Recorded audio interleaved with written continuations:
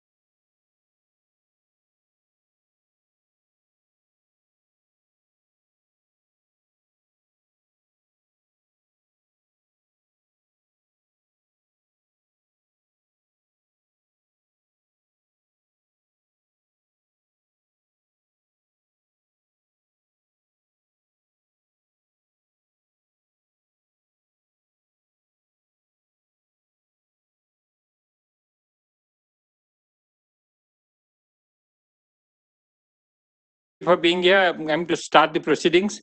Namaskar. On behalf of the Indian Council for Cultural Relations, I welcome you all to the fourth edition of the Pandit Deendayal Upadhyay Memorial International Oration in 2021. This lecture series was started in 2018, coinciding with the World Culture Day. In fact, if you look at it, World Culture Day is actually World Cultural Diversity Day, where the world celebrates the amazing diverse cultures of the world and promotes intercultural dialogue as a means to global peace and sustainable development. So this lecture series was started in 2018 to take the amazing diversity of Indian culture to the world, to have global experts speaking on different aspects of India's soft power and its usefulness as a tool for cultural diplomacy. Uh, this was important because for ICCR, our mandate was soft power diplomacy, which is cultural diplomacy. And we wanted to have experts speaking on the different aspects. And we thought this was the ideal day for doing such an event. The first lecture was given by Srimati Sushma Swarajji, late Srimati Sushma Swarajji, our Honorable External Affairs Minister that time. And she spoke of the soft power of India and its different manifestations. She actually laid out the framework of India's soft power capabilities. And what we are doing right now is taking up from where she left off. The second lecture was done by Justice R.C. Lahoti, who was the former Chief Justice of India, who spoke of Sanskrit as an instrument of soft power. And ICCR's one of the biggest mandate of ICCR is to promote Sanskrit abroad. And we are doing it in various ways through technology, through sending experts, etc. abroad. The third lecture was by Dr. Antonio Marandi, who is an expert from Italy who spoke on the relevance of Ayurveda today. He spoke of how Ayurveda is relevant, and especially just because last year COVID had just taken off at that time. So it was a very relevant lecture at that time. The fourth in the series, we decided and we looked for options and we thought of cuisine. India, they say, is home to 1 million kitchens, with each household producing amazingly diverse and delicious food. I'm probably not making comparisons, but in terms of its range, variety, and diversity, India probably has the largest culinary tradition in the world. And given the vastness of the topic, we did not want to limit it to just a keynote speaker, but we decided to have for the first time a keynote speaker as well as a panel, distinguished panel, who are going to give you insights into India's culinary traditions. So this was a new format that we are trying this time. And hopefully, because we wanted a variety of opinions of what you're going to do. But what is important today is for ICCR to see how the power and attraction of cuisine can be used for diplomacy. What nowadays is called gastro diplomacy. I don't like the term so much. Gastro somehow gives you a medicinal term, but it is called gastro diplomacy the world over. One of the key qualities of a diplomat, and Ambassador Banasri Bose Harrison, I can see her there, is their ability to set a good table and serve high-class cuisine. But we are not talking about that. What we are talking about is how cuisine can further the soft power influence of a country. How many countries have done it. You can cite examples, successfully marketing their culinary traditions and have created an image for themselves. I will leave it to the speakers today to discuss these issues.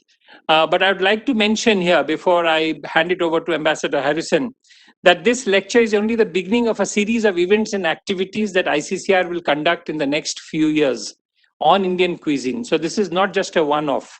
Our aim is to bring Indian cuisine center stage globally and make it into an instrument of our cultural and soft diplomacy. and to ensure that Indian cuisine, which is already popular and well known across the world, will serve as an intercultural bridge between nations and bring joy and happiness to people around the world. So that is a dream that we have. I know all people around this table and on the screen share this dream. And with this, I would like to invite Ambassador Banashri Bose Harrison to introduce the keynote speaker for today. Ambassador Harrison. Thank you very much. Dr. Sahasrabuddhe, President of ICCR, Dr. Colleen Taylor-Sen, the orator for this year's lecture, Mr. Dinesh Patnaik, Director General ICCR, distinguished participants in this conference from India and from across the world, including from Indian missions abroad, welcome and namaskar wherever you are. Insights into India's culinary traditions, the theme for Pandit Deendayal Upadhyay International Oration, is most timely. I say this with utter conviction, based on 4 decades of globetrotting as an Indian diplomat, and seeing the lack of awareness of the true depth and diversity of Indian cuisine and its rich and robust culinary traditions. This conviction has only been reinforced as a result of the interactions that I've had at successive editions of Tasting India symposiums, which over the past 5 years has brought together food writers, chefs, hoteliers, agriculturists, street food vendors, to name just a few of the myriad players, not to mention the very important policy makers who are a part of the big Indian food chain and who contribute to the preservation and growth of Indian culinary traditions. The problem with Indian cuisine's image abroad is attribution.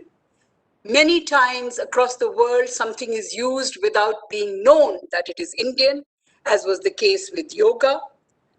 Accessibility, not only in terms of the ingredients, but also of the cooking methods and the mystique, and finally, authenticity. I was last posted in Sweden, which had in Stockholm 104 Indian restaurants, none of which would have passed the authenticity test.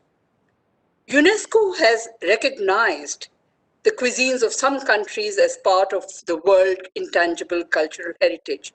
The problem arises with India, and Dinesh touched upon it, is that India does not have one cuisine, one culinary tradition.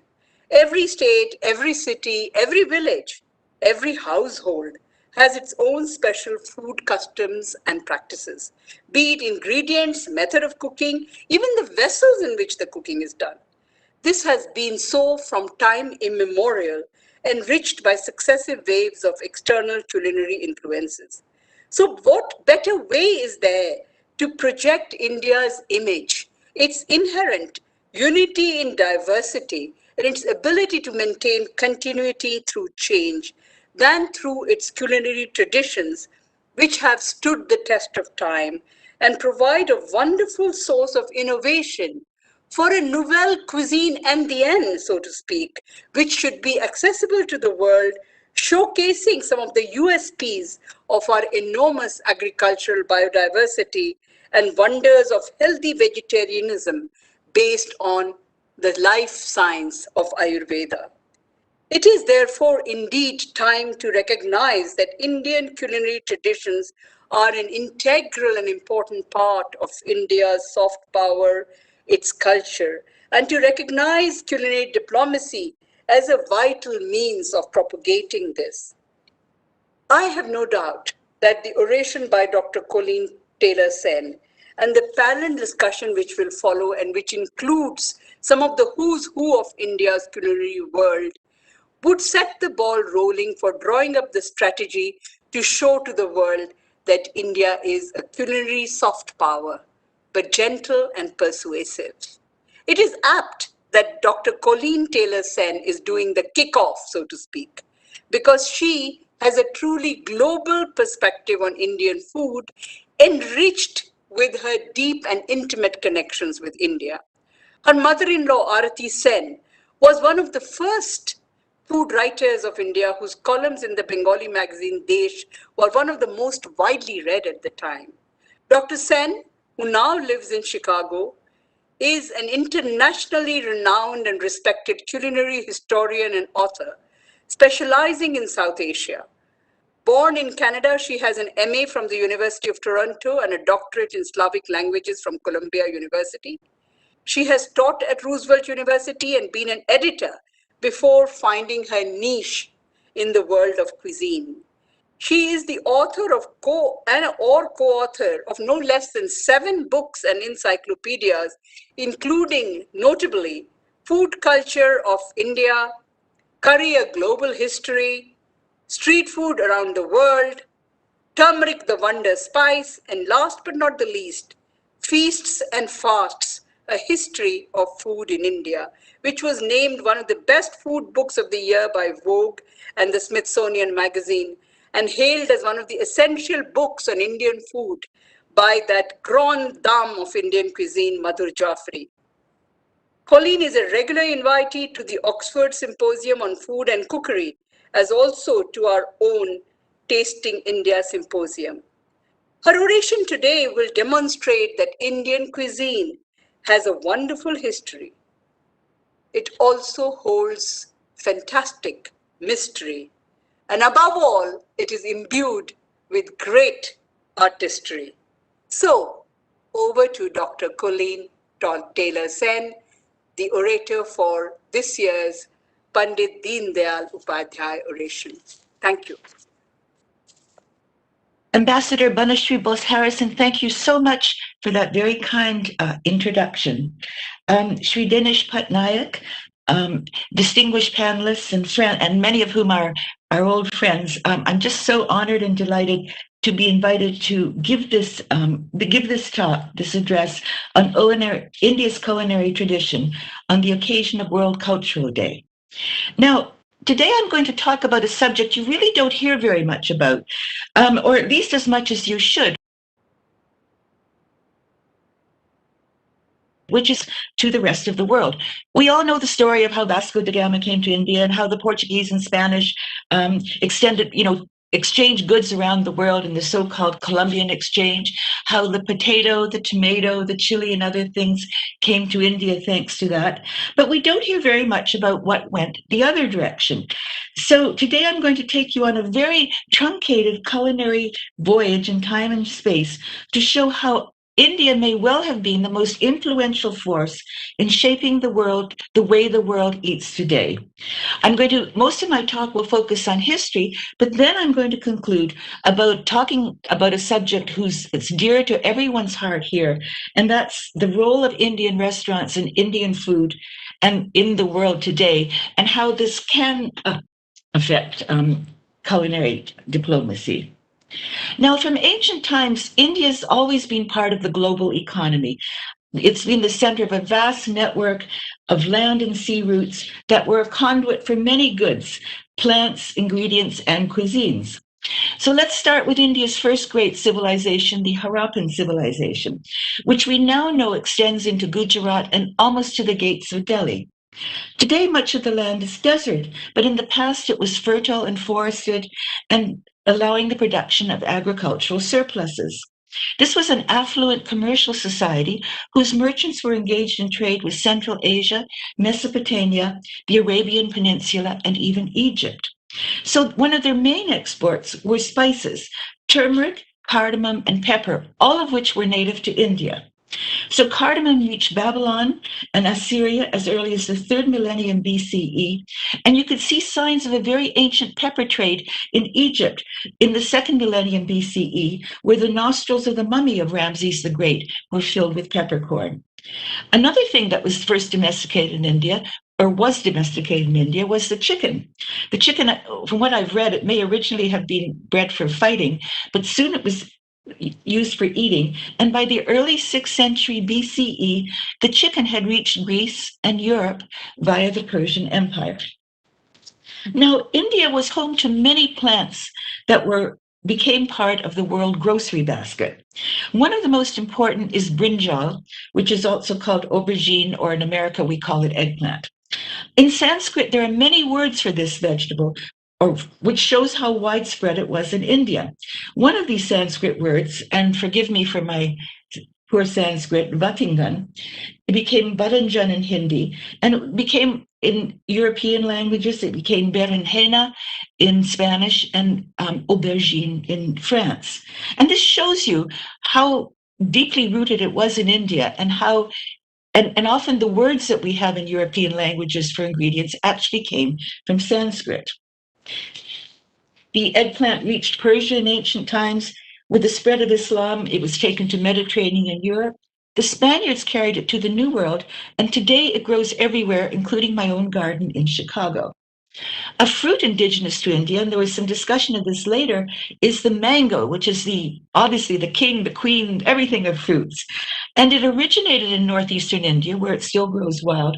And then it was bred selectively to improve the taste and remove fiber. Today, there are thousands of varieties of mangoes, and they're grown all over the world in every continent. And jackfruit is another native fruit that was spread worldwide. And today, the words for these fruits in English came from their original name in South India, manke and chaka.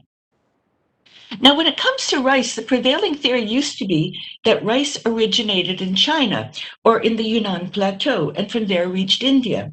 However, today, more recent research indicates that rice was also domesticated independently in India, specifically the long grain variety known as Oryza indica, that today is what Indians prefer.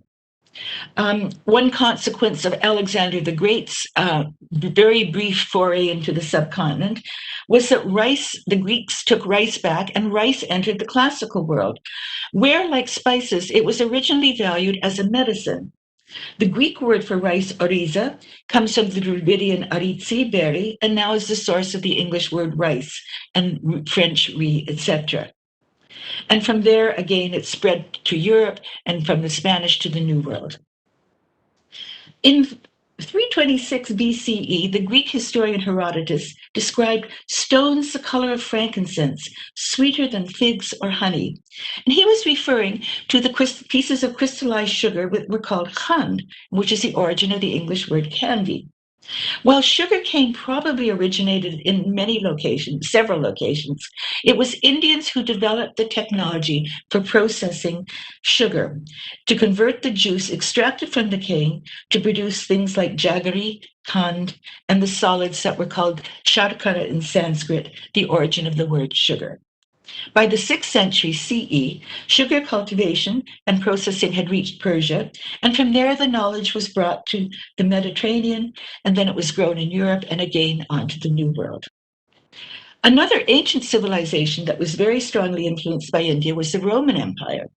With the discovery of monsoons that facilitated trade between India, the use of pepper expanded rapidly.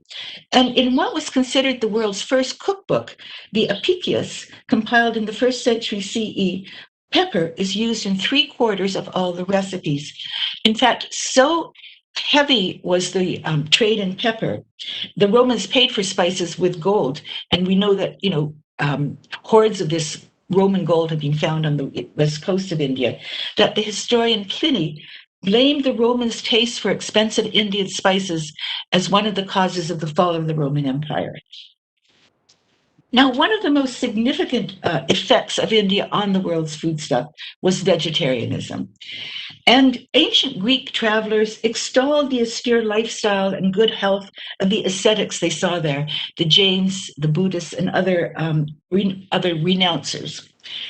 The Greeks did have their own vegetarian tradition called Pythagorean, after the philosopher Pythagoras. And incidentally, he lived around the same time as Mahavir and the Buddha. And like them, he concluded it was wrong to eat animals, that there was a transmigration of souls. And whether this was sheer coincidence or whether Pythagoras was influenced by India has been what one writer called one of the great unsolved mysteries of world religion. And some people even claim that Pythagoras visited India in search of philosophical knowledge. Now, throughout the Middle Ages and the Renaissance, the West's interest in India and vegetarianism was greatly stimulated by the tales of Marco Polo and other travelers. Marco Polo wrote that the Indians he met had long and healthy lives because they didn't kill any living being, neither fly nor flea, because they say they have souls. Leonardo da Vinci, who was very interested in India, and some even claim traveled there. He also followed a vegetarian diet, as did people like Voltaire, Jean-Jacques Rousseau, Shelley, Thoreau, and Leo Tolstoy. In England, the London Vegetarian Society was founded by Henry Salt in the middle of the 19th century.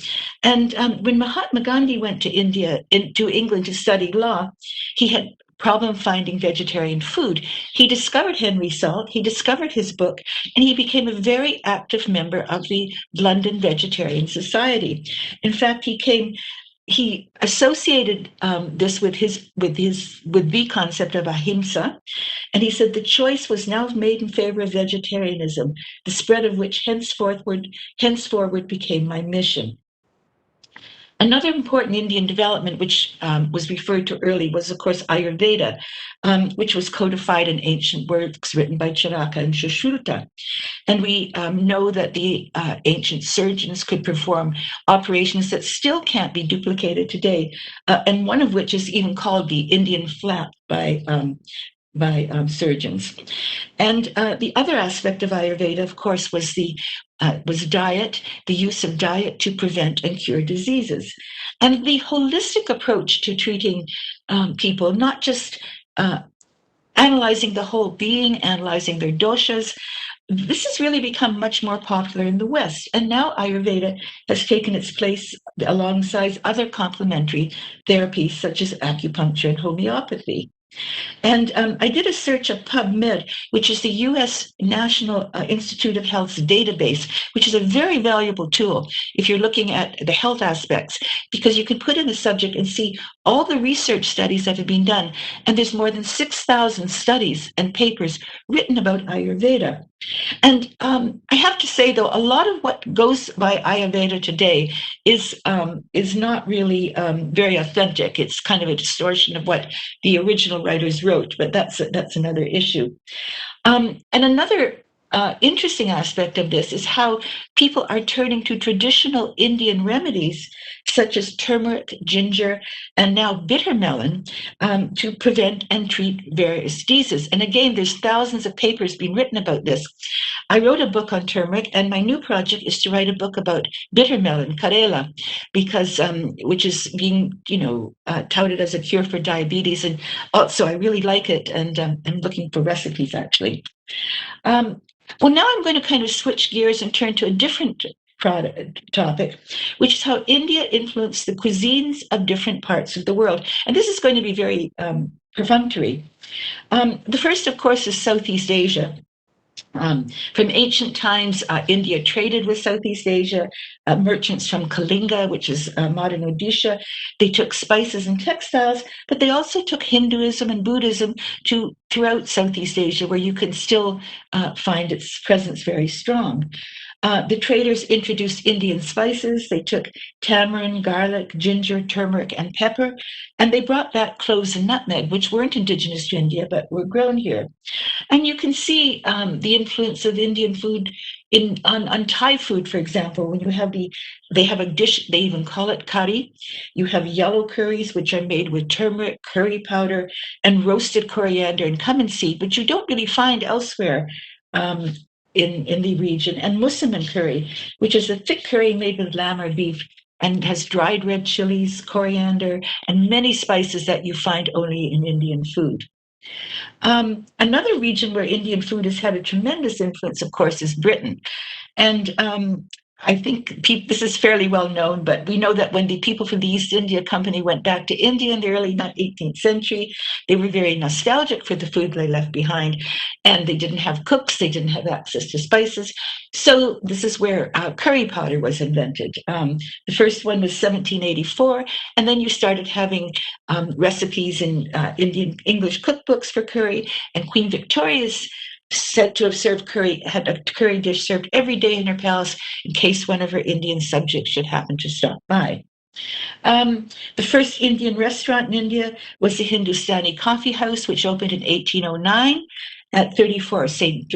George Street, and now there's a plaque there that marks this thing. And the restaurant scene in Britain really exploded after World War II, following large-scale immigration from the Indian subcontinent and the other colonies. Many immigrants found employment in the restaurant and catering business. You had hundreds, especially Bangladeshis, especially people from Sylhet. You had these restaurants called curry houses. You had tandoori restaurants modeled after Moti Mahal. And then a variation that was invented in India, in England, some say was chicken tikka masala, which the Foreign Secretary Robin Cook claimed was a true British national dish, not only because it is the most popular, but because it is a perfect illustration of the way Britain absorbs and adapts external influences. Now, today, the industry is facing a crisis because the second and third generation of Indians don't want to go into the restaurant business. You have now a person of Indian origin who's Chancellor of the Exchequer. You have members of the cabinet. So these small restaurants, these curry houses, the Balti cuisine are kind of closing down. But on the other hand, you have another trend, which is these very wonderful upscale restaurants that started to open in the 1980s, mainly in London, with their elegant decor, extensive wine lists, immaculate service, and beautiful presentation.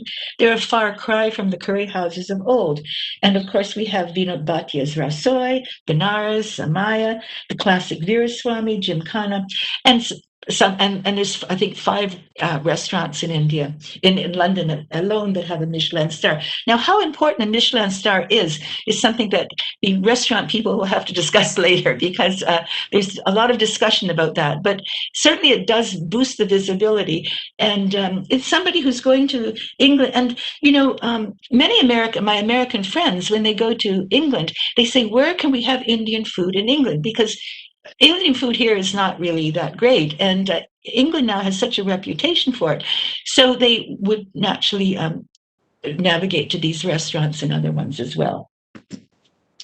Another of India's great contributions to England and the world cuisine was tea. It was discovered in 1820. Sorry, just take a drink here.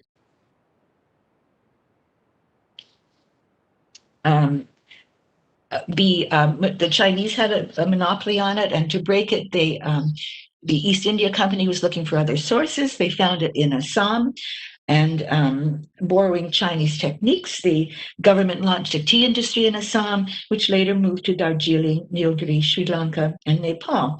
The price of the UK dropped dramatically, and by the end of the century, black tea became a mass drink in England.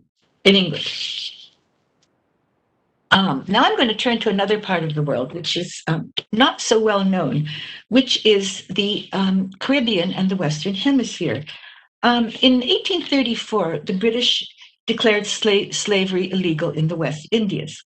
The sugar plantations had been worked by African slaves, and after they became free, they didn't want to do this work anymore. Now, many of the plantation owners were politically very well connected. I think Prime Minister Gladstone's son-in-law was a big plantation owner, and they were very upset by this. So to help them out, they got the idea of recruiting workers from the poorer parts of India. They were called indentured laborers. They signed contracts agreeing to work on a particular estate for 2 terms of 5 years each. And at the end of this, the owner would pay for their passage back to India, or they could stay on and buy land. Most stayed on, and around 90% of them came from Bihar and eastern UP, and the rest from South India. And there's a beautiful new museum in Patna now that I had a chance to visit that has a wonderful display showing where these immigrants came from throughout the region. And I think it was very touching that they highlighted this. It was quite interesting to see. So between 1834 and 1917, when the system was abolished, about 1.5 million Indians left the subcontinent for Guyana, Trinidad, Jamaica, Mauritius, and Fiji. Later, the system was extended to Southeast Asia to supply the coffee, palm, and rubber plantations. So you had 2 million Indians went to Malaysia, others went to Burma.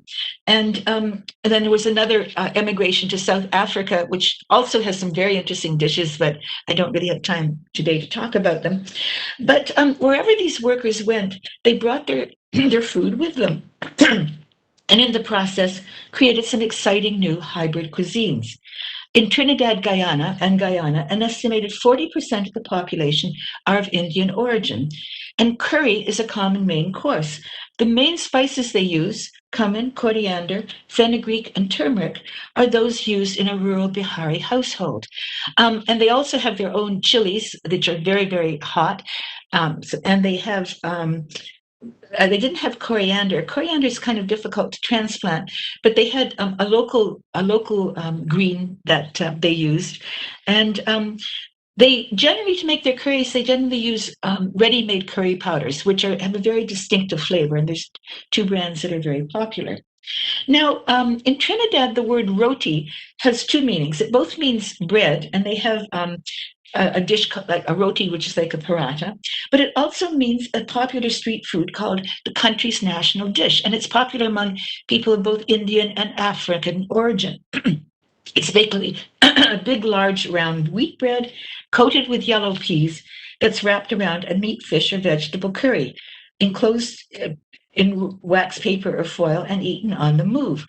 Another popular street food is doubles, which is a sandwich, 2 pieces of turmeric-flavored fried roti filled with dried curried chickpeas and topped with spicy chutneys and chili sauce, which is very much like the street food chole bhature. And what's interesting is wherever the Caribbean people have immigrated to Brooklyn, to Canada, you'll find that they've taken these dishes with them. And in Canada especially, you'll find that roti and Jamaican patties and samosas are virtually national dishes. They're really part of what the average Canadian eats, which is very, I always find very interesting when I go there. It's not really true so much in the United States. Now, although Japan and Korea were never part of the British Empire, curry and Indian food plays a very interesting part of their cuisine. In a survey conducted, curry, the Japanese style, was named as one of the favorite top home-cooked dishes. And the curry in Japan comes either from curry powder or this kind of ready-made roux, which is a brick of spices and flour and fat. And, you know, we think of Japanese food as being very elegant and aesthetic, but Japanese curry is quite the opposite. It's really quite unpleasant to look at. It's kind of this ochre color. It's this thick paste, and you have hunks of meat and potatoes and vegetables in it. And maybe somehow in the Japanese subconscious, they want something that isn't quite so elegant. So how did curry get to Japan? And years ago, one of my husband's Japanese students invited him to dinner, us to dinner, and said he was going to serve us authentic Japanese food. And we were very excited. And he served curry. And my husband said, "But this is Indian." He said, "No, it's not." He refused to believe that. Well, in the 19th century, Japanese ports were open to foreigners. And at that time, the British Royal Navy used to have a curry day once a month. And the Japanese government wanted to encourage the Japanese youth to eat more meat to make them stronger. And they found that curry with rice and vegetables was a good way of doing this. So the first restaurant opened in 1877. And one of the most famous of the Indian revolutionaries, Mr. Bose, he fled to Japan and he opened a very famous restaurant serving authentic Indian food, actually, in Osaka, not curry. And there's been a whole book written about this, which is very interesting. Now, today, the curry tradition continues by the Japanese Navy, whose ships serve curry every Friday. Each ship prides itself in having its own curry recipe, which often features unusual ingredients such as coffee, cheese, and ketchup. And they also serve the rice in the shape of a ship or a submarine. And this also spread to Korea because the Koreans were living in Japan during World War II, often forcibly, and they also adopted this process. And this is what surprised me. I went to a Korean grocery store to find a whole shelf of curry. So I'm just adding this because it kind of interests me. So finally, I'd like to turn to North America. And I'll mention Australia in passing, but I think what happened in Australia is some way similar to what happened in North America. Immigration laws in the US, Canada, and Australia changed in the 1960s to end regional, which meant European preferences. And today there are more than 6 million people of South Asian origin in the United States, nearly 2 million in Canada, and 850,000 in Australia. So when these people arrived, grocery stores opened, restaurants, an entire shopping district. Now today, as people of Indian origin have become more affluent, they've moved away from the cities into the suburbs, and now you have these shopping malls, often very upscale, and in Chicago, you have many of them, but also in our local grocery stores now. If I just go to the neighborhood store, I can find things like frozen rotis, I can find frozen Indian food, spices, pickles, and so on. So it really is much more accessible than it was in the 1970s even. Now, although there were a few Indian restaurants in New York in the 1920s, the restaurant scene really expanded in the 1960s. But in most cases, these restaurants featured dishes that were standard in India at the time. So you had tandoori chicken, you had butter chicken, you had North Indian dishes, you had saag paneer and the like, and then you had a few South Indian dishes which served vegetarian food. A very few smaller restaurants served regional cuisine. And for example, in Chicago, where I live, we have Hyderabadi and Gujarati restaurants because there's population. We have no restaurants from the food of Kerala, none from Bengal. It's very limited and very non-diverse. So there really isn't as much diversity here, and Indian food has never really caught on in the U.S. as it has in England.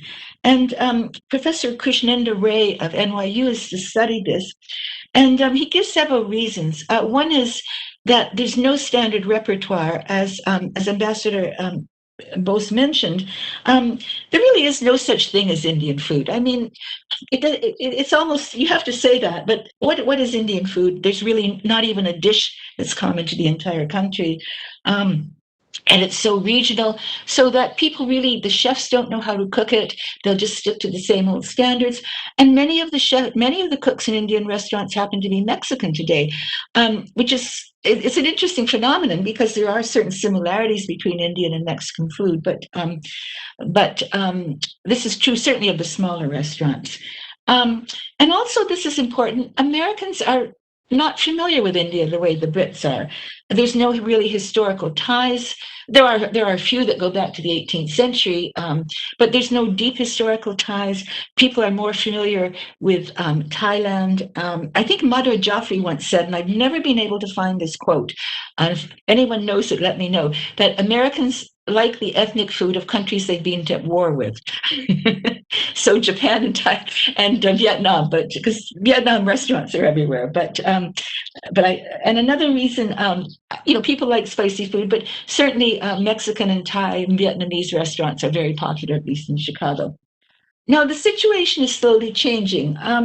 Starting in the 1980s, same as in Britain, upscale restaurants began to open with elaborate decor and more sophisticated menus, among them New York's Tabla, Devi, Mr.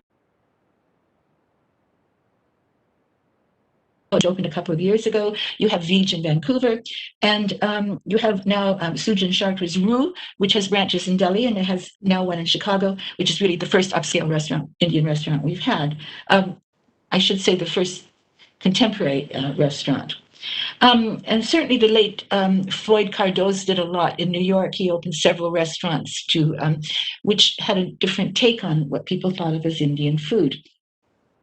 And I think what's happening today is that especially young chefs are really taking a new perspective on Indian food. And I don't like the word fusion food. It simplifies what's a very complex phenomenon.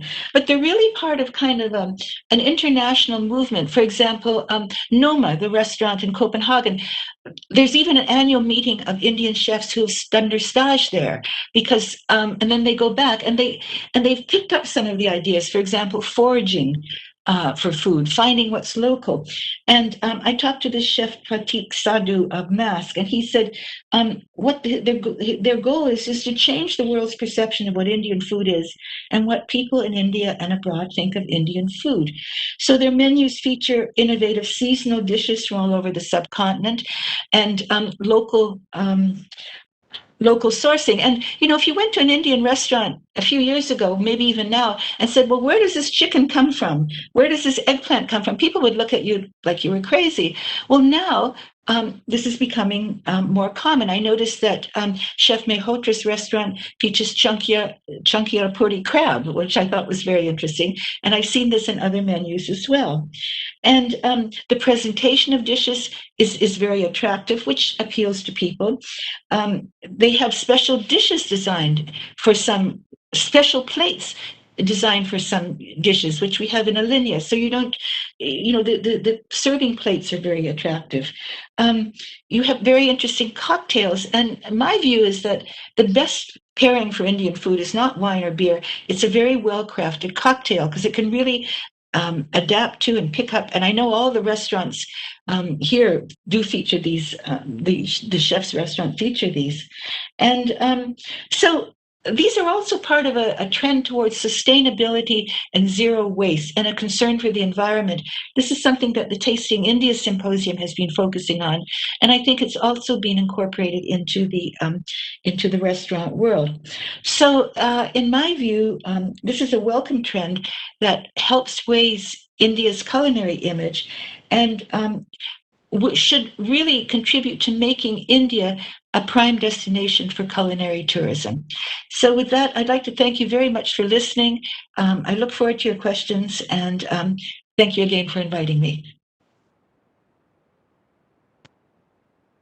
Thank you so much, Dr. Sen. That was really an enlightening talk, and I could already think of 3 or 4 points which will come up in our discussion later. So I'm just advance warning the panelists. There's a lot of action happening later. But now it's my proud privilege. By the way, I'm Saurish Bhattacharya, and I'm the co-founder of Tasting India Symposium. It is my privilege to welcome the Honorable Dr. Vinay Sahasrabudhe, President ICCR, who has kindly agreed to deliver the chair's remarks, which will follow soon. He's really a multifaceted personality, so it is very difficult to sum up his life in like 2 paragraphs, but I'll try my best. He's a nationalist social worker at heart, a researcher student of political science, and a trainer in democracy. I think that is a very important role he's performing by profession, and a parliamentarian by elevation. Dr. Sahasrabudhe is a member of the Rajya Sabha, which is the upper house of our parliament, from Maharashtra, and he's also the chairman of the Parliamentary Standing Committee on Education. Education, in fact, has been a very major interest and concern in his life. Dr. Sahasrabudhe was awarded a doctorate in political science by the University of Mumbai. He has served on the university's management council, and between 2012 and 2015, he was a vice president of the Asiatic Society of Mumbai, and that we know is one of the oldest institutions of higher learning and research in India. It's 217 years old. He's also the author of half a dozen books in Marathi and English. A couple of them have won awards. Dr. Sahasrabudhe continues to also make significant contributions to the nation's political life. For 6 years, he was the national vice president of the ruling Bharatiya Janata Party. And this I find the most interesting part of his biodata, he is the founding director general and present vice president of the Rambhau Mahallagi Prabodhini. Rambhau Mahallagi Prabodhini, in fact, is an incubator of new leaders and a mentor of new age entrepreneurs. I don't think there's any political party in India which has a similar institution within it. I request Dr. Sahasrabudhe to share his thoughts. I'm sure it will be very interesting and looking forward to. Thank you, Saurish Bhattacharya ji. The principal speaker for today is Pandit Deendayal Upadhyay Memorial International Oration, which is the 4th in this particular series, Dr. Colleen Taylor Sane, who is a celebrated author also, Ambassador Banashri Bose Harrison, who introduced the principal speaker today, my colleague, Shri Dinesh Patnaik, our Director General of the ICCR, Shri Prashant Pise, who is the Deputy Director General, and dignitaries who are present and participating in this oration and later on in the panel discussion as well. It's really very enlightening to listen to Dr. Colleen Taylor Sane, and she covered almost all aspects of India's culinary traditions. In my brief remarks, I'm going to touch upon only three aspects. One is what exactly has been the philosophical approach of India and Indians and Indian culture towards food. Secondly, what are the distinctive features of our food culture? And third, how do we look forward? As they say, and there are many sayings in various Indian languages, that the way to heart, mind, and brain goes via stomach.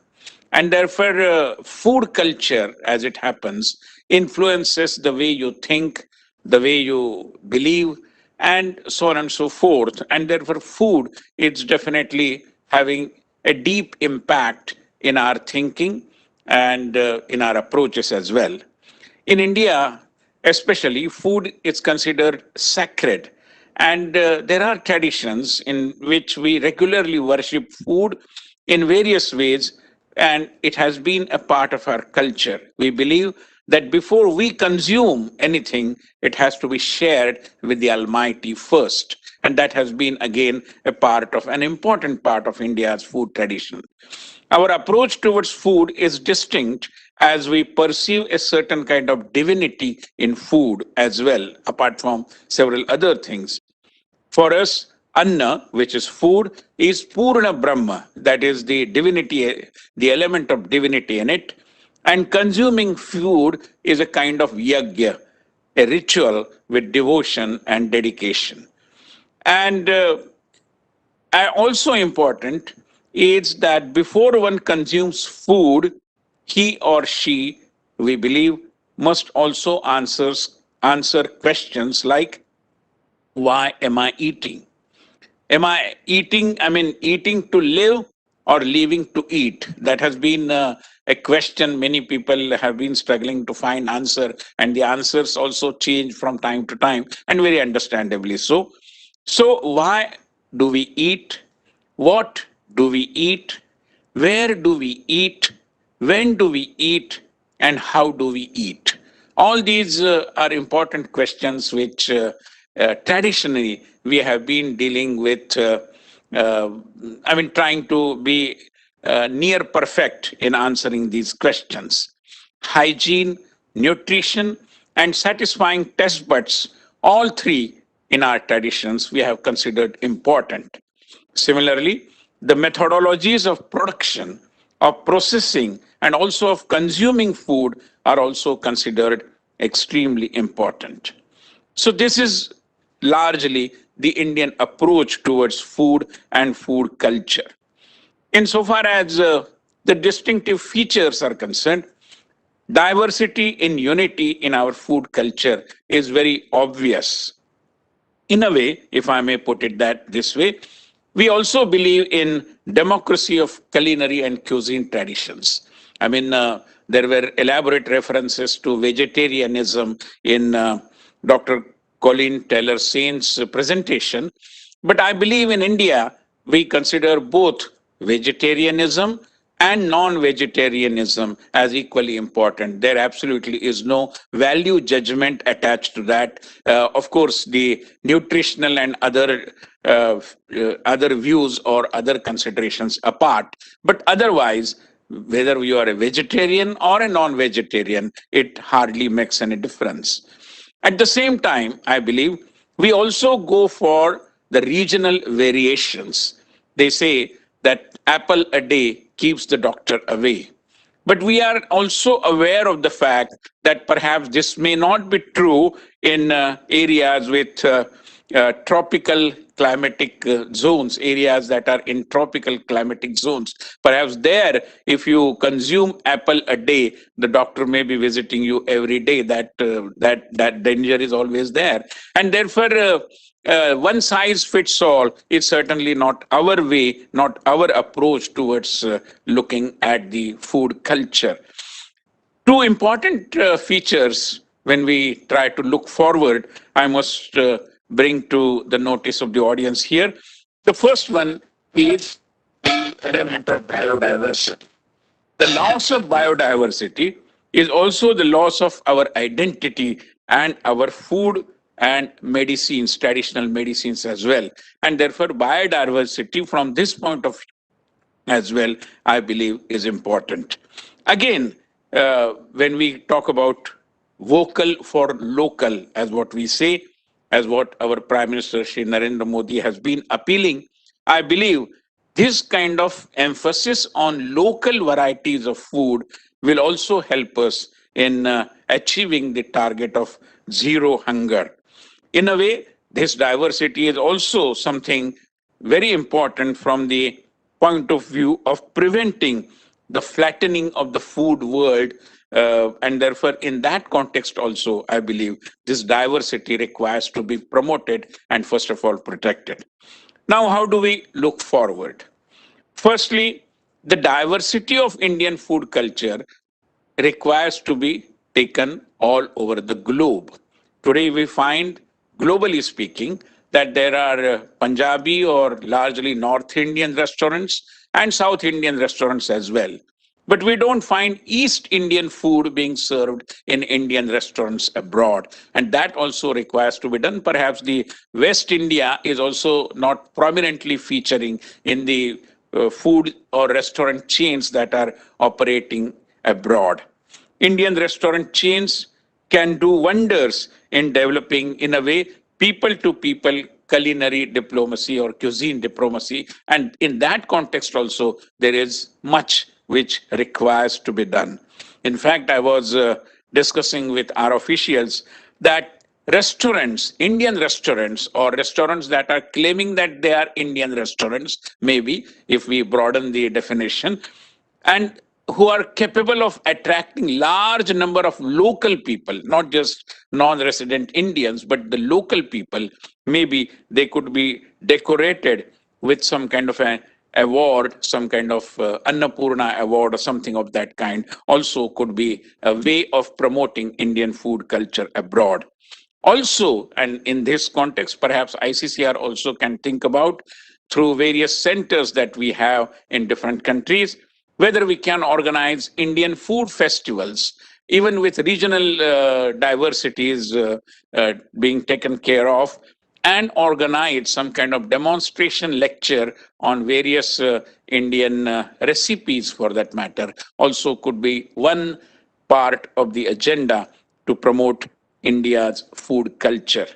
Lastly, I would only suggest that whatever things are required to be done, and we were very happy to have some insightful observations coming from Dr. Colleen Taylor-Sain today. And I must say that for the first time through this lecture in the history of ICCR, we have brought the culinary and cuisine traditions on our agenda, and we will further take it ahead with the help and cooperation and support coming from you all. Thank you very much. Thank you so much, Dr. Saraswat Upadhyay. I think there are again some important pointers in your speech which we'll carry forward in our discussions. Quickly, let me introduce the panelists. We have Vineet Bhatia from London. He's known everywhere as the first Indian to have got a Michelin star. But if I've counted right, he has got 5 Michelin stars. Every time he opens a restaurant, he gets a Michelin star. He's the only Indian to get a Michelin star in London and in Geneva. And so since 1995, he has been an ambassador of Indian cuisine in the UK. We also have Sarah Todd, another ambassador of Indian cuisine. She is the bridge between India and Australia. Colleen briefly talked about Australia and the influence of India on Australia. But Sarah has ensured that there is an Australian influence on Indian cuisine and vice versa. So she is literally the bridge, and her restaurant and beach club in Goa called Antares is really a very popular destination. So she is not only a global ambassador for cuisine, she's also a culinary tourist. And then we have Priya Paul. She's the chairperson of the APJ Surendra Park Hotels.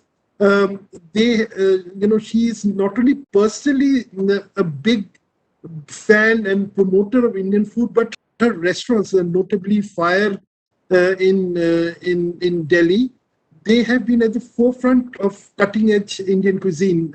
I think a lot is because of her leadership. She has even been awarded a Padma Shri by the government of India in recognition of her services to the hospitality industry. We have Manish Mehrotra, who without doubt is India's foremost chef. He's really our culinary extraordinaire. Banashidi, I hope I got my French right. But Manish is synonymous with Indian accent, and we all know that Indian accent has been the #1 Indian restaurant as recognized by the world's 50 best restaurants list for the last 6 years in a row. I mean, it's not a mean achievement to have. And then we have the chef Sujan Mukherjee from the Taj. He is the executive chef of Taj Coromandel, which is also the home of Southern Spice, one of the finest South Indian restaurants. I'm using the South Indian in a generic word, but in this case, Southern Spice really is a pan-South Indian restaurant. Sujan has been awarded the best chef of India. He has been recognized as the best chef of India by the government of India, the Ministry of Tourism. We'll come to that. In fact, that's one award that needs to be publicized across the world. And then, of course, I have my colleague Sanju Malhotra, who is a brand builder of India in Sweden. He has been organizing culinary classes in Stockholm. He has been bringing Swedish groups to India. So he has been really an informal ambassador of India in Sweden. He has worked very closely with Ambassador Harrison and Ambassador Monica Mohta. His India Unlimited platform has done tremendous work to promote India in the Nordic countries. And I think he counts Ambassador Harrison as his fairy godmother. She and he are a formidable team. So I'll begin with Sanju. Sanju, why don't you open this discussion with a short statement, and then we'll go to the other panelists. Your time starts now. Thank you. Namaste. I'll just like to add a little bit to what Colleen said. Two things that India's contributed to Nordic cuisine. One is cardamom. The Vikings brought them to Sweden about 1,000 years back. And the chicken curry, which is it's a roasted chicken with a curry sauce, is a Sunday specialty in all Swedish homes. All Swedish grandmothers serve it. So it's really a kind of a tradition which has been here. Now I'll get to my point of the discussion was, I was going to give you 4 examples of how countries have done and worked with culinary diplomacy. France illustrates how effectively gastronomy can be used as a key attraction to promote tourism. And in 2010, they got the UNESCO's World Intangible Heritage List. And in 2015, they created a novel initiative with French chef Alain Ducasse called Good France or Gott de France, which brought together 3,000 restaurants, 150 embassies in 150 countries to make a celebration of French gastronomy. Thailand, which really had an image issue in 2002, created something called the Global Thai Mission. They launched something called the Thailand Kitchen of the World to increase Thai restaurants and bring them all around the world. So from 5,500 in 2002, it is about 15,000 in 2019 with the certification process so that the food that is served has a certain standard. which resulted in 200% increase in tourism. And of course, now they launched the Michelin Guide. Korea, which also had a struggling with the image issue, they started with something called the kimchi diplomacy. The government of Korea created a kimchi institute, and their big idea was, how can you develop this into making it into like a strategic export? And kimchi became one of the top 10 foods in the US in the last 5 years. So I think that's interesting. They also sponsored something called the bibimbap. Backpackers, a group of young Koreans, they send them around the world to promote bibimbap, and they took over Times Square, for example, and created this whole big event. Their tourism increased by 70%. And since Sarah's here, I thought I should talk about Australia, launched something called the Restaurant Australia. It was a week-long gastronomic tour of the entire country by 80 international influencers. And so one of the influencers was actually Noma, which set up a whole restaurant there, a pop-up for 10 weeks. And the chef Rene did a lot of great work in learning about native ingredients, local wines, and cooking methods. And that really created a huge interest. So these were some examples of how other countries have done it. I think Sanju so succinctly put, and you've actually hit upon 4 examples of the world to follow. May I come to Chef Vineet? Chef, you have been in England and you've seen the attitude of people change towards Indian cuisine. How has it been possible, and what have Indian chefs done to change the world's perception of Indian food? Well, I moved to UK in '93. I left India and moved to UK from Bombay. And I was pretty shocked to see what was being served in those days. Being very classically trained in India, having a very strong foundation, and when you land up into a foreign land with such high expectations, and you realize that these are basically curry houses. They are being feeding up the Brits food which are not really authentic or not what was being cooked back in India. So I had a massive uphill task to try and make people understand. For a very simple example, I was the only Indian in the Indian restaurant. And in those days, there were like 9,000 Indian restaurants, but they were predominantly run by Bangladeshis. God bless them, did a great job in promoting Indian cuisine, but it wasn't a food which I grew up in India as, or what I eat as a child. So for me to understand, it took a while. Even when I made my first few changes on my menu, I was actually told off. My guests walked out of the restaurant saying, "This is not Indian khana. We do a classic Kashmiri nalli rogan josh with lamb shank." And I gave it to the guest. This is '93. And the guest complained and said, "We are not dogs. We don't eat food on the bone." From '93 to look at it now, it has changed entirely. They now understand. Now, I come from the era of pre-internet, pre-Google days, pre-social media, pre-Twitter, pre-Instagram. There was nothing but a hard print. So how do you get the word across to the people outside? What you're trying to do is actually classical food. So at a very early stage of my career, and I'm only 24 years old when I left India. So I knew I was up against a very uphill task. I started doing things literally to survive, to make sure that I was accepted. So my Nalli Rogan Josh became a slow cooked Kashmiri shank of lamb. You had things like Gajar ka halwa, which was the first thing that I made as an Indian, is something sweet. And I served it to a guest, and I was promptly sent back in the kitchen saying, "This is not Gajar ka halwa. It is warm. It is fudgy. It is supposed to be a cold like a cake." And then I realized that that's what they were doing. They were buying a ready-made from the market, cutting into a cube and giving it in a bowl. That is not Gajar ka halwa. So those things started then changing the way I wrote my menus. So my wording changed from being a slow-cooked carriage fudge with pistachio and all the stuff. And as you start changing things, it was accepted. I think there were a few press people there, like Faye Mashler and A.A. Gill and Jonathan Meades, who came in, who saw what we were doing, and acknowledged great stuff. So we got a certain kind of attention in the media, and that really helped to push towards the right direction in many ways. So what started off as a mode of survival literally became like a trademark in some ways of innovation and a twist to things. So when you were able to change the perception of India as a producer of slurry that goes off as curry, I remember when I was training in India, in Bombay and in Delhi, there were a lot of Europeans coming in, or foreigners coming in saying, "We want to have a chicken curry." And in your mind, you think, there is nothing as a chicken curry. There's so many variations. It's not really a curry. So I took in a very derogatory term. And when I was here in 93 or the early 90s, it was very normal for the Brits to go on a Friday night, go to a pub, get sloshed, go to an Indian restaurant, break a few glasses of beer, have papad, mango chutney, and some vindaloo and God knows what, and say we had a great night out. It was cheap as chips, but it just was a very derogatory term. So for me, I get very offended when I say I do so-called like a curry. There is a lot of depth into our cuisine. There's a lot of stories into our cuisine. There is heritage. There is culture. There is so much of a character in our food, and there's so much of richness which was never been touched. So it took me a while to make people understand what we're doing.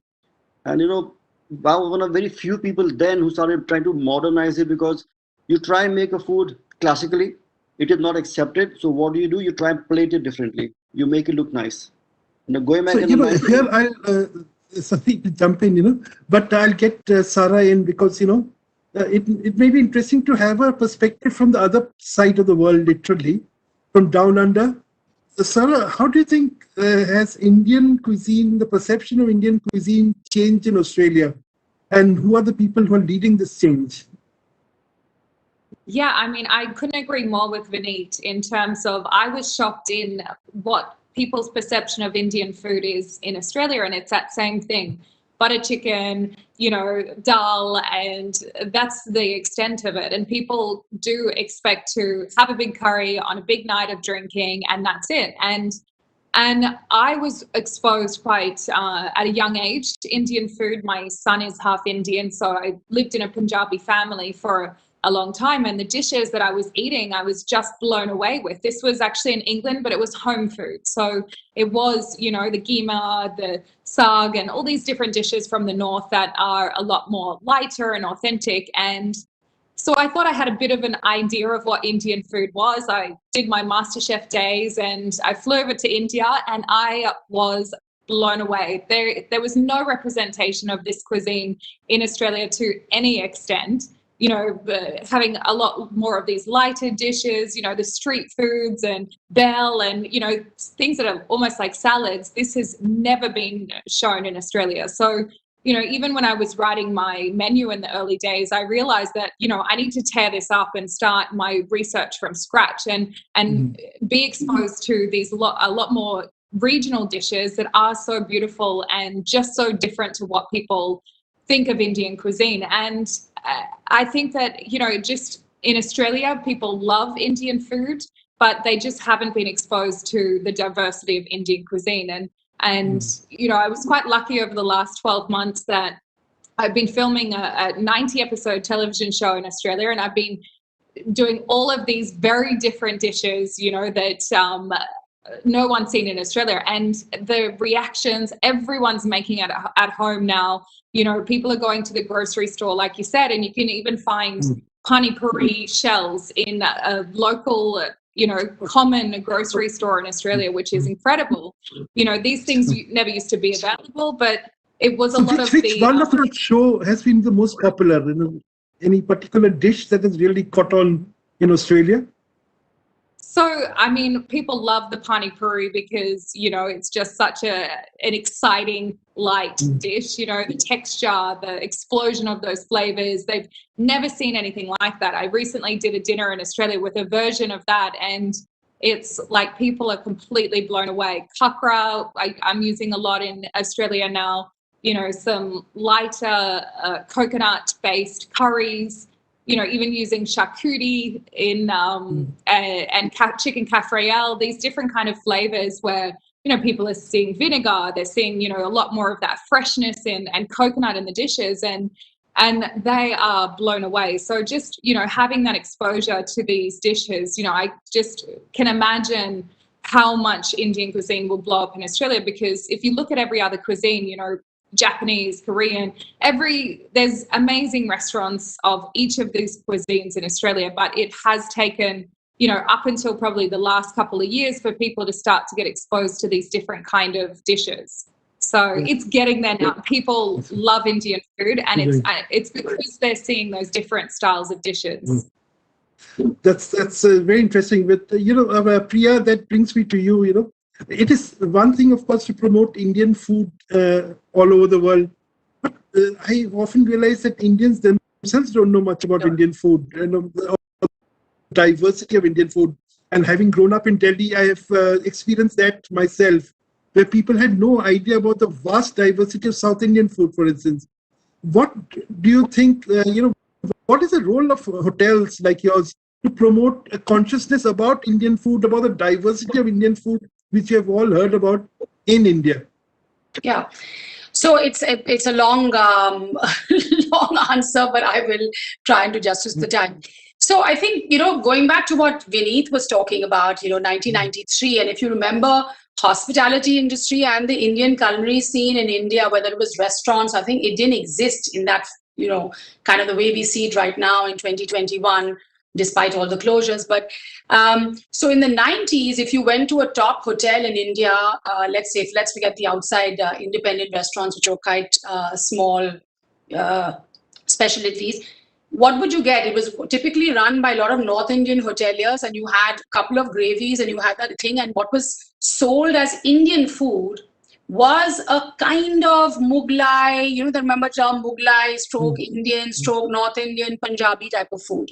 I mean, I remember going to South India to one of our own hotels in Visakhapatnam, and to find local authentic food and to find, to get the chefs to put that onto the plate was a task in educating. First of all, educating myself. And there was no internet or things like that. You just bought lots of cookbooks and talked to lots of people or ate in people's homes or in the local dhaba where you actually got the local flavors. So I think, for me personally, that was a real goal in the 90s also, which led me to open, FIRE that you talked about in 2003 to 2002, 2003, because a lot of those changes, I think, started happening in England with, particularly with Vineet and Tabla, and they were just doing a different spin on Indian food. And I really felt that that's something that should be in India. I think 2003 was probably too early.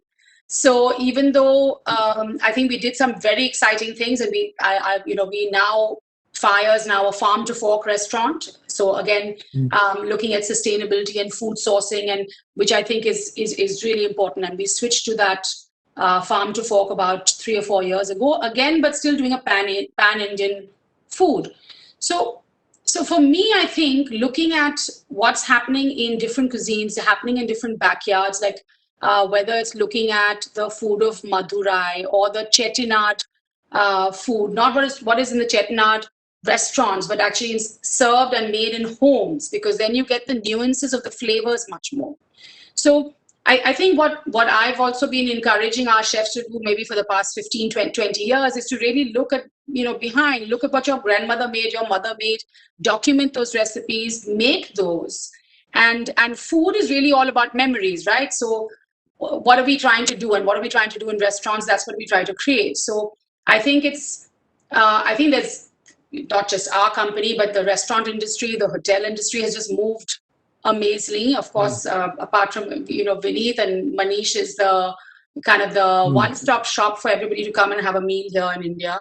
Fly in, and I think that really talks about culinary tourism.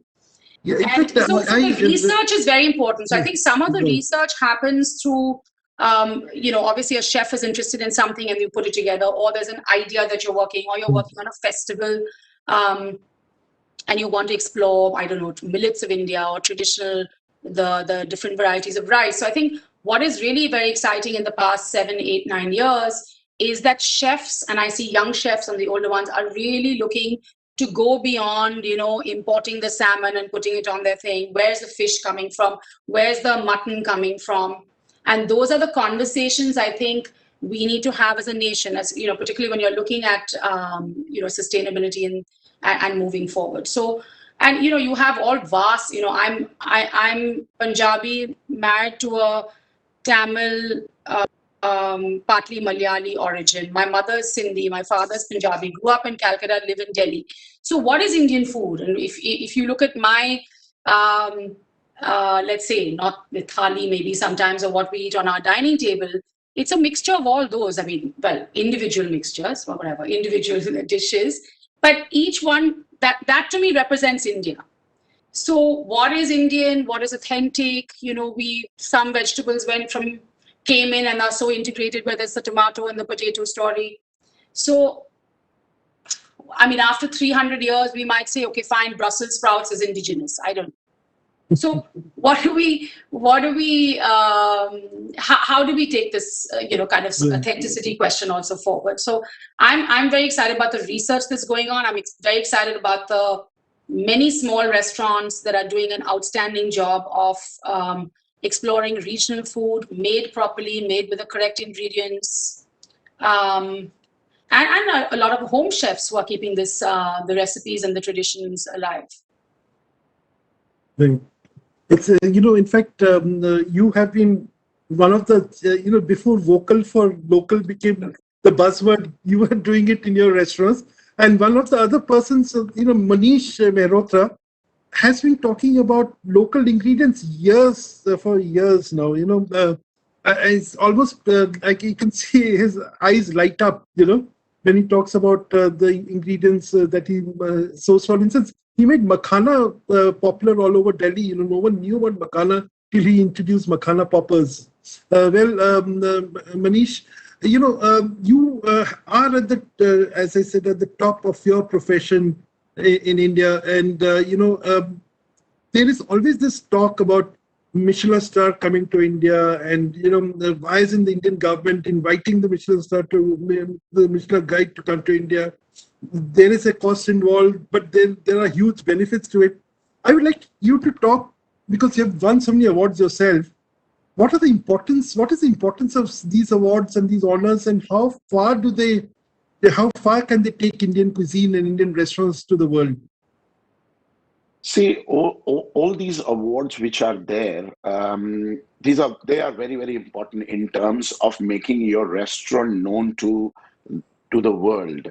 And earlier, we were not featured in any of the international awards or international market. Nobody knew what, because people from India used to travel to London a lot. So a lot of people knew Chef Vineet or Chef Atul or Chef Sriram in London, and the Punjabi sisters, what they are doing in London, because people used to travel a lot. But nobody used to know in 90s what Floyd was doing in America and all, because America was bit. And even till today, I don't know what all great chefs, Indian chefs, are there in Australia. I really don't know if there are Indian chefs doing good work in South America, or if there is I don't know any particular Indian chef in France or in Sweden or in Russia. I know only London or England. So all these international awards put these Indian chefs and the restaurants on an international platform. Gagan is now treated as one of the, his restaurant is one of the topmost restaurants in the world. How? That is because of the 50 Best Restaurant. Before that, nobody knew what Gagan and Indian Accent opened almost simultaneously in 2010, 2009 actually. And nobody knew before that what Gagan was doing. But since he came into the picture, and he featured in Time magazine, he featured in 50 Best Restaurant in Asia, and then people started knowing it's 50 Best Restaurant or a TripAdvisor. Last, for almost 5 years, Indian Accent was featured as #1 restaurant on TripAdvisor's awards. But and that gives us a lot of traction amongst international travelers who were coming, because earlier international traveler used to know Bukhara. Bukhara was one restaurant which I think one of the most amazing restaurant which India had that last 35 years, didn't change any menu. It's a quick dining kind of a place with really uncomfortable seating, but one of the highest grossing restaurant in India. And every American president, every American or every dignitary or every foreign traveler, whenever he comes to Delhi, his one day has to be in Bukhara. So we need more restaurants from India like that and featured all over. And these awards really help us to feature and get noticed by all over the world. Because now people. In fact, if I'm not mistaken, Manish, sorry to interrupt. if I'm not mistaken, Bukhara became famous because of the world's 50 best restaurants Yes, list. yes. It was the In the first Indian beginning, restaurant to yes, make it there. yes, Mm, absolutely, mm, absolutely. And so mm, that is what I'm saying. These mm. awards are really required, and some kind of a credibility, Michelin 50 Best or all few other awards, they hold some kind of a credibility. That is why people believe in them, and they go. Earlier, people used to travel for work, but now people travel for work. Along with that, they travel for culture, history, Mm. cuisine, and everything. Even if you are working, they want to celebrate the cuisine of the place in some form, whether they host their parties in their restaurant and all these things, which are changing now. And people come to Indian Accent or Bukhara or Fire or any other restaurant in India. So these awards are very, very important, which makes us more recognizable and noticed all over the world. And Right.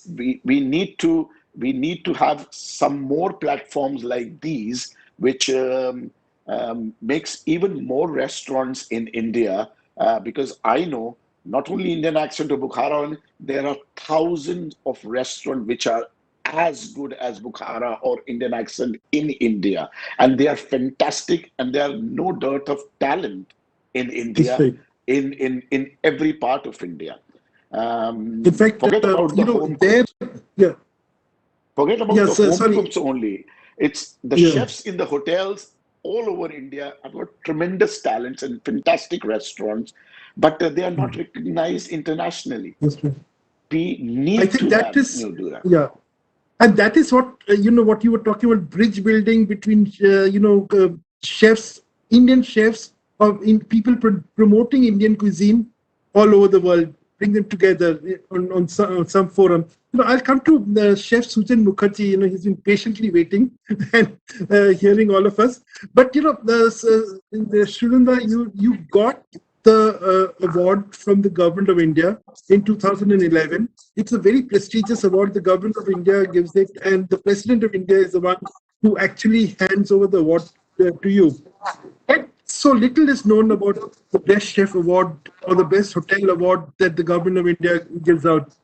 How can the government, the Minister of Tourism, be working in tandem with, say, a body like ICCR? How can it really promote India's culinary wealth to the world? Good evening, everybody. You are really touched upon a great point. And I think there's a huge scope of improvement to do, and it has to be the technical educations with the hotel management schools from the very beginning in their syllabus. They should really focus on the traditions, the Indian food. One of the major problem of the Indian food, and we are listening very intensely, that the standard recipes, it's not followed of the most of the restaurants. So one of the problem of the Indian culinary is a diversity. It is so different from east to west, north to south, and even in each and every provinces, if you go, every district, and even in the district, there are different parts. For example, if you come to Tamil Nadu, there are different types of sambar only available. What is sambar eaten in the breakfast is not the sambar which the Brahmins eat, or the people in the Chettinad provinces eat that sambar. So much of difference is that. But what we need to lack in that, we're talking about French cuisine, how it is popular, because it was so nicely and grammatically, it is structured. We need to really, the senior chefs, and I sincerely request all of you to work hard on the structuring of Indian recipes and to some extent standardizing it.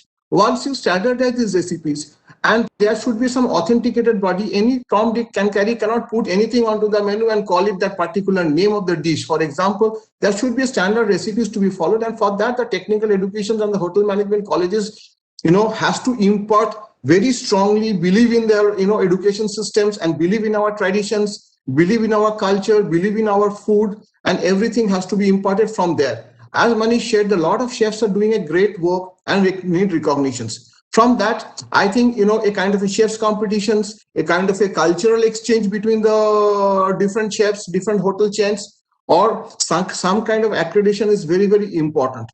For example, when I came to Southern Spice, to open Southern Spice, it was a challenge for me because most of my time I worked in the north. I worked in the north, I worked in Rajasthan, I worked in Delhi, I worked in Bengal, all over the place. But when you come to south, it's so much. Today I feel that I can be called a complete Indian chef, because unless I know the food of the south. It was so beautiful, so different, so fresh. One of this chef was talking about the ingredients. It is very, very key, important, the ingredients. The ingredients are not proper. One of the major, the problem the curries restaurants are doing it because they are totally dependent on convenience food. Now, convenience food and the fresh food is totally different. In South, there are a lot of gravies, a lot of pastes involved. It is more than the North. Each and every spices are roasted and then it's wet grinded and then it is made. Now, if you use a convenient food, you can match up to a certain standard, but you will not get that freshness. So coming back to your that the government really can do, and I request ICCR to technical educations and start with the younger generation, as Madam Priya Paul said, that the young chefs. We have to believe in our cuisines. We have to understand the rich culture which we're discussing today. That needs to be imparted into the education system. They are really passionate. Only thing we need to guide them properly. Yeah, I think that's a very important. I think this whole movement has to start from the colleges. And I have, the time is running out, but Priya, I'll ask you a question which Dr. Nachiket Sharma, one of the from the audience, has asked. He refers to Dr. Sahasrabuddheji's speech, and he said that in India, everyone talks about the dichotomy between living to eat and eating to live. Sometimes I don't know in which camp I am, but how are hotels are often, hotels and restaurants are often misunderstood to promote and the philosophy of eating to live, living to eat, But do you think you're also promoting the idea of eating to live, or putting together all the principles of Ayurveda and all the the various the wisdom we have collected over the centuries? I think it's both, and it depends on we have to respond to what the customers want. So I think that's something that a good hotel, restaurant company, chef needs to do, whether they're customizing a particular meal for the guest who, maybe a guest staying there in the hotel and wants to eat light. And so a hotel chef is well equipped to do that. But I think we also respond by doing things like, say, all this time for, in this COVID response, there's been this response from hotels and restaurants to make COVID healthy immunity boosters, sharing recipes, putting those out I'm talking about a year ago. And of course, now some hotels are sending immunity meals and you can order them. So I think we have to respond very quickly to the times, and that's what we do. So sometimes you might want to have a 10-course heavy ghee-laden meal. We'll give that to you. Sometimes you want to eat a salad leaf, we'll give you that. In fact, I think hotels, unlike restaurants, because now much of the food industry is moving out of hotels and into restaurants. You have been consciously promoting an idea of eating to live, in various ways. You have been at the forefront of promoting vegan cuisine, for instance. Priya, your husband is a vegan, and you have been also promoting the idea of healthy eating, Ayurvedic diets. So I think it is a misnomer to say that hotels only promote the idea of eating to living to eat. I think you also promote the idea of eating to live. I think sure, and you have a lot of spa hotels and hotels that do spa cuisine and Ayurvedic cuisine. So that's also a big. We haven't talked about Ayurvedic cuisine very much, but that's a huge area that I think we can influence the conversation and creativity. I say something here.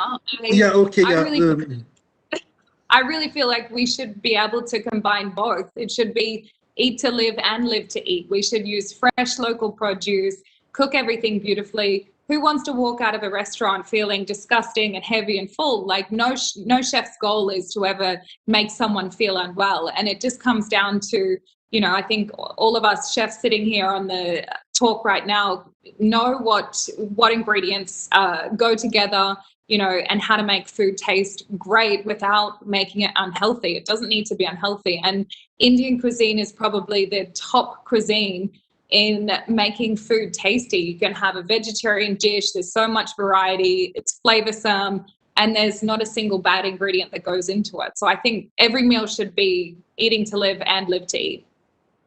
Okay, and it should be balanced, which is all about Indian gastronomy is all about balance. So we have run out of time. I will, before I invite the DBG ICCR, Mr. Prashant Pise, to come and deliver the final words. 1 minute, Banashri, you have a minute to sort of give in your thoughts, and then we'll conclude our discussion and invite Mr. Pise. Thank you, Suresh, for remembering that I always like the last word. I think it's been such an enlightening experience. And, as we say, we always have food for thought, but this has really been a chance of giving thought to food. And I cannot say how excited I think all of us are, if I can speak for all of us, that ICCR is seriously looking at spearheading this move of putting Indian gastronomy, Indian culinary, art at the center stage. As I said, it has history, it has mystery, it has artistry. So let's go for it with the help of ICCR. Thank you. Thank you so much, Banashri. I now invite Mr. Prashant Pise to deliver the words. Thank you, Suresh, for this wonderful, I think, discourse on this very important theme. Well, so this is our flagship event, which is held every year, and this year's theme has been Indian cuisine, and it's I think it's proved very useful for us and very relevant for us, all of us, to hear this one. I thank President ICCR and Director General ICCR for choosing this particular theme for this particular international oration this year, and for conceptualizing this entire oration right from the beginning till the end. And I must thank the Tasting Symposium, especially ambassadors Banashri Bose and Suresh, for your insights, and again giving your very valuable inputs in making the concept note and developing the program. But I must thank our keynote addressees, that is as a very eminent and renowned food historian and writer, Dr. Colin Tyler Sain, who readily accepted our proposal to share her insights about Indian cuisine and culinary practices. I think it was really a tour the horizon on Indian cuisine given by her, and the very fascinating account about the Indian food traditions. So thank you, Madam Colin Sain. I thank all the panelists for giving I think various insights and sharing their experiences and across the geographies, how Indian food and Indian culinary traditions have reached and what we should do for this one. I think so there have been very concrete suggestions and very actionable points which have been suggested by some of our panelists. I must thank all of our panelists for giving this advice and sharing their thoughts and taking us from, I think, India to various destinations and how they have promoted and have been promoting Indian cuisine all across the geographies. I must thank Suresh for putting in a lot of hard work and time spent on various aspects and nitty-gritties in developing this program and making this event, today's event, I must say, as a grand success, because this is the first time ever, as many panelists and our present ICCR and DG ICCR mentioned, that this has been the first time we have actually decided to have discussion on this theme, and it's a very important tool for our soft power projection. And I'm sure that one, this is not the end, but this is just the beginning, and we are going to have many more, I think, discourses in the coming days and coming months. So thanks once again for this excellent presentation and excellent discourse. And I must, but I will be amiss if I don't acknowledge the presence of our viewers and our participants who have been, I think, given very valuable suggestions also, and across the world and from the different, again, countries for their interest and enthusiasm and very lively question and answer session. And I must also thank our Indian missions and cultural centers abroad and their teams for promoting this event and reaching out to some interesting stakeholders in their respective countries and respective cities, such as local hotels and hoteliers and food critics and food aficionados. I think this has been a very good beginning, and I'm sure that our missions and our cultural centers would do much more than this one, because this is, as I said, will be a launching pad for many more things in the series of this one. And lastly, I must thank my ICCR team, which has really put in a lot of efforts in making this event grand success. Actually, we were a little skeptical about this COVID protocol, and we could not do our live sessions, and we have to resort to this virtual session. But I think it's a good beginning, and I must once again thank all of you for your contributions, for your time, and for your efforts. Thank you once again. Thank you, everybody. Thank you, sir. Thank you. Thank you very much. After a long time, I'm seeing you. Yes, thank you. Thank you, sir. We need to take this forward, whatever we have.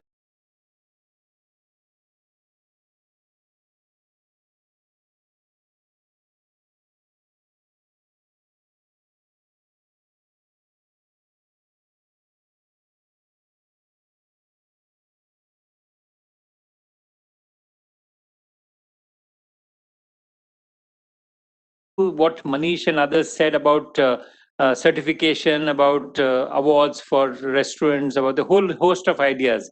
So the whole thing is, I will need all your help and all your advice.